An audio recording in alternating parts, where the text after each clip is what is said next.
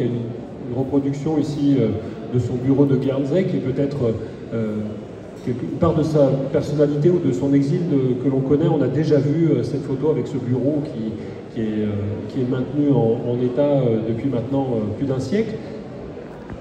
Qu'est-ce qu'il dit de lui, ce bureau qu'on imagine finalement ouvert sur la mer et ouvert sur la France qu'il veut regagner?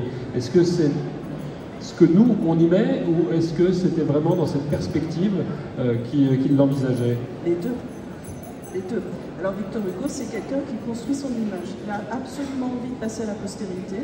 C'est pour ça qu'il est le premier écrivain à léguer son fonds à la Bibliothèque nationale de France. Et les écrivains par la suite vont l'imiter, comme Zola par exemple.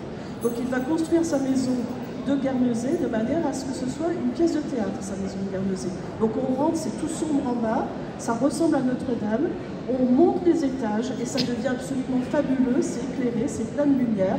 Et effectivement, pour nous, c'est vraiment génial d'imaginer Victor Hugo en train de travailler au soleil face à la mer, ou alors sous la pluie face à la mer. Mais ça, c'est souvent sous la pluie. Voilà, c'est il peut faire beau là-bas.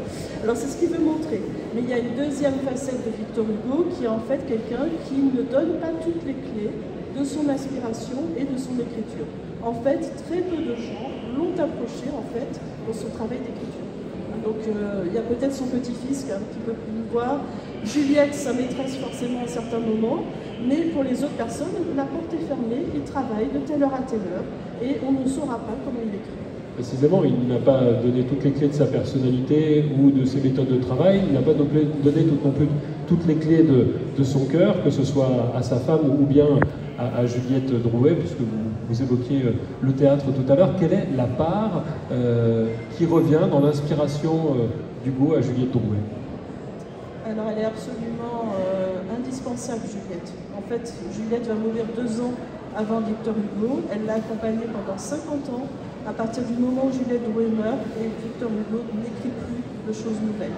Il va juste trier ses documents, ses manuscrits, etc. Il ne peut plus écrire.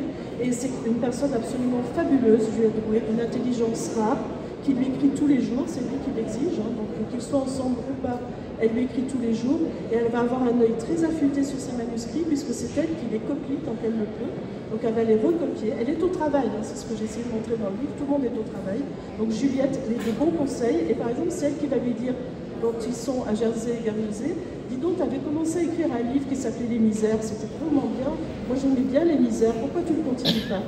Et ce sera évidemment les fameux Misérables, qui nous sont arrivés grâce à Juliette. C'est Juliette qui va convoyer les manuscrits entre la France et les îles anglo-normandes, parce qu'évidemment, la police surveille Victor Hugo, donc c'est elle qui se charge de son pouvoir. Donc nous devons énormément de choses à Juliette Drouet.